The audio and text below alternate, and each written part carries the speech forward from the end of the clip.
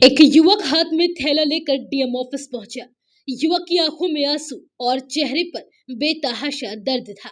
हाथ में थैला लिए युवक सीधा अधिकारियों के पास पहुंचा और फिर उस थैले से कुछ ऐसा निकालकर सभी के सामने रख दिया, जिसे देखकर अधिकारी भी अपनी कुर्सी छोड़कर खड़े हो गए और सहम उठे। दरअसल थैले में उस युवक के बेटे का शव था, जिसकी इस दुनिया में आने से पहले ही मौत हो गई और उसकी मौत की वजह जो है वो आपको भी हैरान कर देगी। मामला उत्तर प्रदेश के लखीमपुर खीरी जिले का है। यहाँ मृत बच्चे का शव झोले में रखकर एक मजबूर पिता डीएम दफ्तर पहुंच गया और कहने लगा कि साहब मेरे बच्चे को जिंदा कर दो। ये सुनकर वहां मौजूद तमाम अधिकारियों के होश उड़ गए। पीड़ित पिता का कहना था कि इलाज के अभाव में उसके नवजात की मौत हुई है। उसके पास पैसे नहीं थे, इसलिए प्राइवेट अस्पताल प्रबंधन ने इलाज करने से मना कर दिया और इलाज न मिलने की वजह से उसके नवजात की मौत हो गई। दरअसल भीरा थाना क्षेत्र के भानपुर गांव का रहने वाला विपिन गुप्ता अपनी गर्भवती पत्नी को डिलीवरी के लिए अस्पताल लेकर पहुंचा था। परिजनों का आरोप है कि शुरुआत में अस्पताल प्रबंधन ने नॉर्मल डिलीवरी के लिए 10,000 रुपए और ऑपरेशन के लिए 12 से 25,000 रुपए तक मांगे।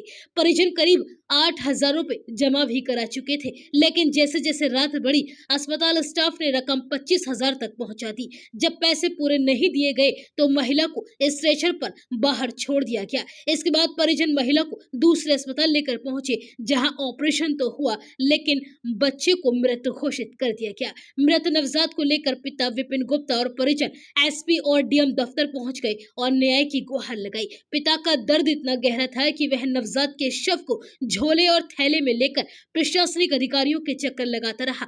अपने बच्चे के शव को बैग में लेकर डीएम कार्यालय पहुंचे विनोद गुप्ता ने कहा कि हम बच्चे को लेकर आए हैं। मेरी पत्नी बच्चा मांग रही है, कृपया मेरे मृत बच्चे को वापस जिंदा कर दे। मेरी पत्नी बच्चा मांग रही है तो हमने उनसे कहा है कि बच्चे को कांच में रखा गया है। हम उनसे झूठ बोल कर आए हैं। अब हमें बताएं कि हम उन्हें कहां से अपना बच्चा दें।